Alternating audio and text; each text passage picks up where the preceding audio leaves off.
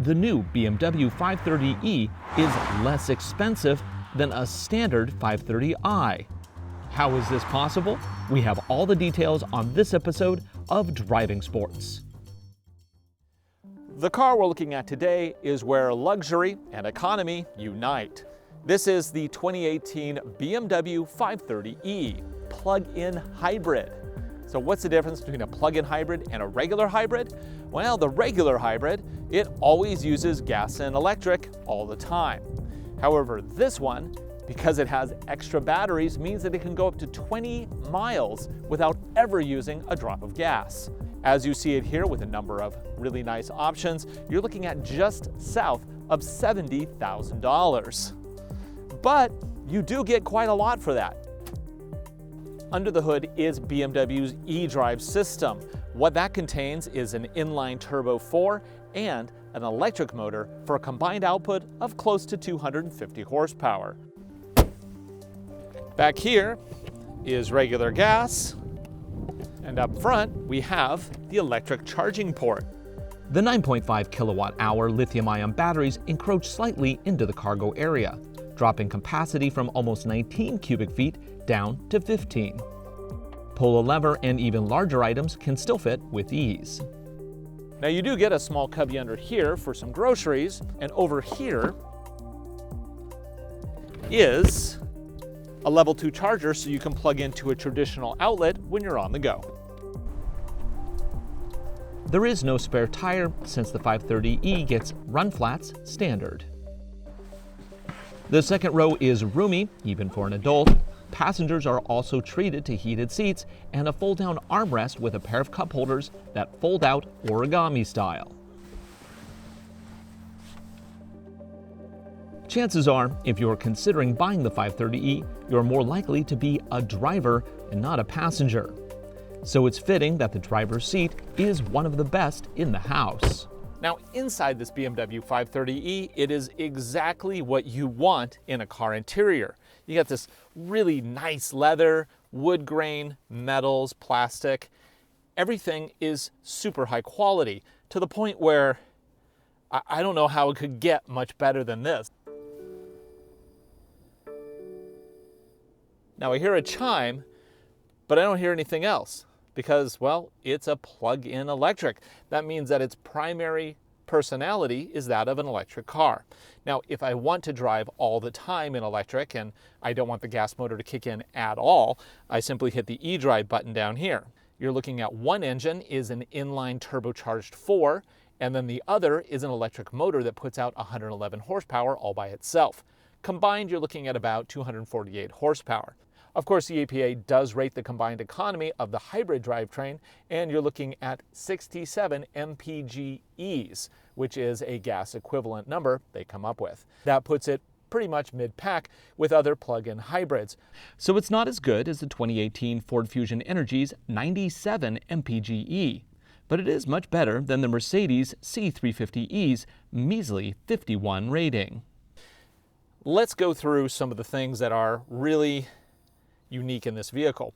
First off, you have this wonderful widescreen high-resolution display that's managed by the current iDrive system. This vehicle, like many other BMWs, has multiple driving modes. I can go between Sport, Comfort, or Eco. Of course, Eco tries to use the electric motor as much as possible. I can also go to Adaptive, in which case the car will try to figure out what I want to do. Now, if I want to modify each setting, I can. I just click on, say, Sport, and I configure the individual Sport option. And this is where I can look at all the little details that make up this component. Damping can be adjusted for between Sport and Comfort. Steering can be tighter or a little softer. Engine can be more aggressive, less aggressive, otherwise known as Sport or Comfort. And the transmission, again, it's an 8-speed automatic, and it can be modified to be more aggressive on the shifts, hold those revs a little longer, or go into Comfort where it's a little bit more relaxed. Let's just go back to Sport, Sport, Sport. Back, back. Of course, this car does include extensive navigation. This is one thing I really like about this car and Audi's as well, is the handwriting recognition. T-A-R. Now granted, as you see, I didn't have to complete the whole thing because it's been popping up on the side. Please proceed to the highlighted route. And there we go. Very easy to use. And I love that the handwriting recognition is both quick and concise. It actually works well. Connected drive, you can see today in Bellevue, it is both rainy, sunny, and cloudy. Welcome to wintertime in the Pacific Northwest. Another key feature of this vehicle is the surround view camera system. It is fantastic. If I go into reverse, I get a multi-display. Now that one's blanked out because there's the camera right there. But you can see we got these little green things. These move. These are detecting objects in the path. It also is telling me which camera we're currently using. Here I can then rotate around the vehicle. Again, it's kind of gimmicky, kind of cool, but kind of gimmicky. Our test car also came with the Driving Assistance Plus package. That adds collision avoidance systems, blind spot warnings, and adaptive cruise control. It's a lot of features, but this is a lot of car. I love it when it's in full electric power. However, if you want to drive it in EV only mode, you only have a range of about 20 miles. At that point, you're out of power and it's going to go to more of a traditional hybrid drive system where you use the inline 4-cylinder turbo most of the time. The electric drivetrain adds roughly 500 pounds over the more traditional 530i. But because weight is low in the vehicle and evenly distributed, this electrified 5 doesn't lose its balance around the corners. In fact, it's still surprisingly nimble for what it is. I love this center display, the way it gives you all the information you need, and it even changes when you go into, say, Sport mode or Eco Pro. And speaking of dynamics, this vehicle actually does drive very differently depending on which dynamics mode you have it set to. Sport definitely feels tighter, both in the suspension and the steering. Eco, definitely a lot more lethargic. Being that it is a plug-in hybrid, it's really easy to kind of forget to plug it in all the time because you don't have to, and it is pretty good even when it doesn't have the electric power. So what I find I'm mostly doing is driving around with the inline turbo 4, and that's not optimal. The 530e is available with either rear or all-wheel drive. The model we're in today features 4-wheel power, which improves grip all around. Regardless of which model you choose, 0 to 60 is estimated to be around 6 seconds. Quick enough for a daily driver.